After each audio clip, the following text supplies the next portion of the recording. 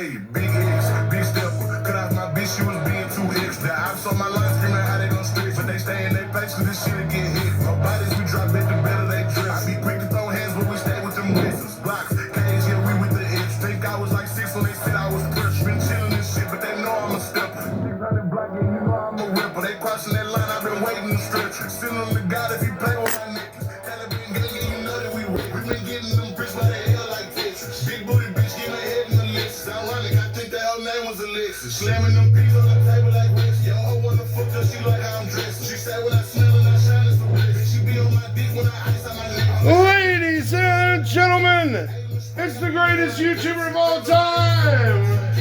Welcome back, peasants. It's nostalgia. Long hits.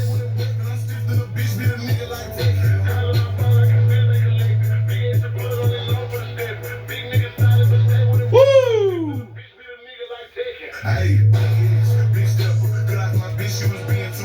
We're back.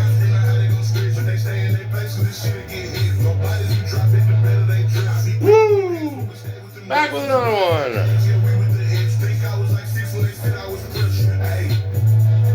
Welcome back. Welcome back. And today we have a great show for all the peasants. Fucking peasants. We're back. That's going to be my new intro because everyone already has all the good intros stolen. Like, I hate saying ladies and gentlemen because I feel like I'm copying. So I got to do, or like folks. I got to do peasants. That's just like the perfect one. Like, especially for this channel. Like, welcome back, peasants. How good does that not like ring a bell? As a creator. Welcome back, peasants. Listen to what the fuck I have to tell you to do. Anyway, we're going to help make you not a peasant today if you're watching these videos. So today, first, I'd give my big Pokemon recommendation of those fucking prismatic SPCs, bro. I know everybody's been plugging them, but son of a bitch. If you can find those for under $200 right now, I think we can all admit that is the buy of the century. If you can find them for $80, Costco price, that is literally the buy of the century. Like, it doesn't get any better than that. It really doesn't. So that's my Pokemon recommendation is like, fuck buying everything else. That's the one thing I'd keep my eye out on because they're already $400. If you can find them for fucking 80 or 100, I'm always going to say buy that shit. You know what I mean? Always buy something on sale like that. It's just such a good buy. Especially when the regular ETBs are like $220. If you can find it for MSRP or $200, you're stealing. So that's my only recommendation with Pokemon. That's the only thing I would literally fucking buy right now. Everything else is so expensive. Anyway, so I actually want to get back into buying a house video because it actually got 50 views, and which for my channel is actually pretty good. We usually get like 30 out of my 440 subscribers. And then on our like other videos, some of my other videos, we've gotten like 300 plus and stuff. But recently we only get like 30 or 50 out of. I understand people are busy. Anyway, so we tend to get more views on going over real estate, and I mean, me, I'm not gonna like bend for the algorithm. I don't give a fuck, But I'm still gonna go over this stuff because it does help people. And to not end up in the renter's trap, and that's what we're going to talk about today. Renting is the absolute worst thing you could ever do with your money. I don't give a fuck what anyone says. Renting is the absolute worst thing you can ever do with money. You're literally throwing it in the garbage every month just to have a roof over your head when you can literally get a mortgage and live in some of these cheaper areas that are still good for like $100K for a house. You just take the mortgage out. And you're still paying like, if you do a 30-year, you're only paying like $700 a month. But if you do a 10-year and really pay it off seriously at $1,200 a month, let's say even $1,500 a month, and you're working, you will eventually at least own the home, over a 10-year period, which I don't think that's a terrible thing to actually do if you need a place to live, and you're working. So like that's actually like, it's rough, but it's doable. But at the same time, using $100,000 to just buy a home is kind of stupid.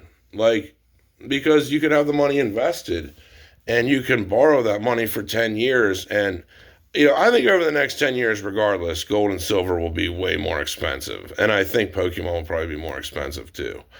And it's like, if you're holding on to any of those things for 10 years, it's probably going to outperform uh, the money you're borrowing on the house anyway. So it's not as bad as people think.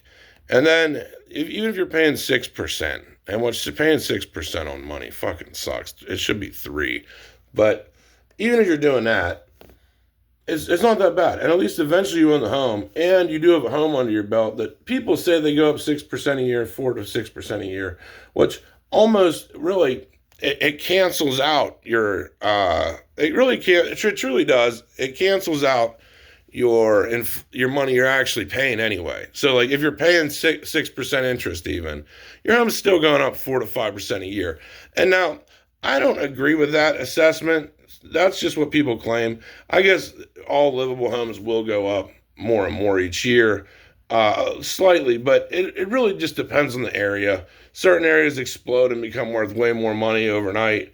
Some areas don't. And I mean, like, there's a lot of variables on location that come into real estate. But either way, let's say, we're still talking about, you're still borrowing the money, and that's why you shouldn't even pay it off, because like paying it off, just you're better off having that money in assets than a home, like actually tied up in owning the home. That if I was with someone with only 300 to 400K, that'd be the route I would do. I would have gold and silver, or a bunch of sealed Pokemon, and I would be waiting 10 years, and then pretty much paying the loan back, because. And paying it off in chunks like that. That's not a bad route for someone to actually go. Now, granted, like, I have my main house paid off. So my other houses I have paid off, but this is why I'm just taking a loan out on, and like I'll probably just sell it for more. But still, like that's, if you want to live in a home though, that's the route you go over renting, because you do not want to be trapped in the renting spot, because you are literally just getting nothing. And you're working every day, and it's just all disappearing just to live in a home. And that's why you always want to end up in the actual owning of a home, or at least in the race to own it. And that's why really renting is obsolete, especially if you know you're going to live there for a little while, like a couple of years. You're better off just going the mortgage route. Especially now, if you don't think you're going to live there for longer than a year, yeah, renting's probably the better route. But if you think you're going to live in the same fucking area for the next 2 or 3 years, you might as well start owning a fucking home. Or at least getting involved in the flipping process. But it's funny, they said there's an overflow of realtors now. I'm like, yeah, no shit. It's like free money. But anyway, so that's one thing I want to talk about. If you're trying to be successful, dodge relationships, because God, they get expensive. That will just drain your success completely. And, have fun here and there. Dodge relationships. God, they get expensive. Your whole entire collection will be gone. But anyway, so that's personally what I'm doing. I would leave money in silver, and money in gold, and money in. By the way, gold dipped down to 4,100, which, if you didn't buy it right then and there, you got the deal of a lifetime. You're already up like $300. Gold at 4,100 is a steal. Like, I would buy that shit up. Even 4,100 is just robbery. It should easily be over 5K. But so you're really getting a good buy on gold right now. Really not a bad time to get gold or silver at this current dip. But yeah, silver, it dropped clear down to 62. Now it's back up to 70. So silver actually going back up, and I fucking told everybody it's not going to drop below like 60. They just can't. China would fucking clean them out so fast if they dropped down to like 40 or 30 or 5. Like, dude, China would just buy everything they own. Like, the COMEX would be wiped in days. So I find it that they're really tough for them to drop it below 60. So now we're back up to 70. But like I said, I think gold and silver over the next 10 years will be tremendously more expensive than they are today. That will eventually happen. It may have its road bumps, but it will eventually happen, and it will probably outperform having money completely tied up in a home. You do not want to end up in that cycle. even though owning your home feels good, and I mean, in a lot of cases, it is good. If you don't know how to invest any better, then yeah, you should just own your home. Like, sure, like they're not a terrible investment. Like I own my own homes too, but I'm just saying that's only like for a comfort. But if I was like really recommending growing your money and caring about your money growing in the short time you have to be on this earth, I would not have it tied up in the home. I would have it actually either in gold and silver or mining stocks or Pokemon, somewhere in that battle. Now, next thing I wanted to talk about was the SPC of Prismatic, though. If you can find them in Costco for like $80, dude, you should buy as many as you can get. Same for like even $200. You should buy as many as you can get because we've already seen them hit 400. Like the fucking ETBs are $200. I can definitely tell you at SPC, if you're finding it for MSRP, you should buy it every day of the week. That's like the hottest fucking thing you should buy right now. Everything else, I just wouldn't even bother. But because everything else is fucking expensive. But and I hate to like be a huge Prismatic fanboy, but it's like, man, at that price though, you can't complain. Like, it'll go back for $400. So I mean, if you're getting it for like an 80 or 100 or 150 or even like I said 200, you're still getting a great deal, man, on an SPC. And the SPCs are a beautiful looking box. I own a bunch of them myself that I still haven't even sold because I just don't think it'll do much to the price. But yeah, if you can find them in a Costco, man, that really is the greatest deal of like all time, really. So I don't know how many of us will be able to find them, but yeah, I would definitely grab them if you see any cheap ones. So that's pretty much all I wanted to talk about today. Gold and silver making their recovery, but it's funny that they dipped it down at like 3 in the morning when no one could buy it for 41 to make it look like it really crashed, and then it goes up like more, like, and so no one can buy it now for that 41. Like, so now they'd have to honor it at like 43. So once again, they're just making it harder on the consumer at every single go. Like, that's the thing about if you don't think gold and silver is not manipulated by them, I don't know what else to tell you, because like, dude, they literally manipulate it so it's the worst possible thing for the person holding silver or gold. Like they'll drop it low, and so you can't sell it, and then like, because it's just you're taking too much of a loss now, and then they'll like raise it, up a little bit, but it's still not worth doing. Like they just constantly manipulate it against you every single time. It's never like in your favor. And that to me just shows like pure like blatant manipulation of like the market truly being manipulated on gold and silver. Like, come on.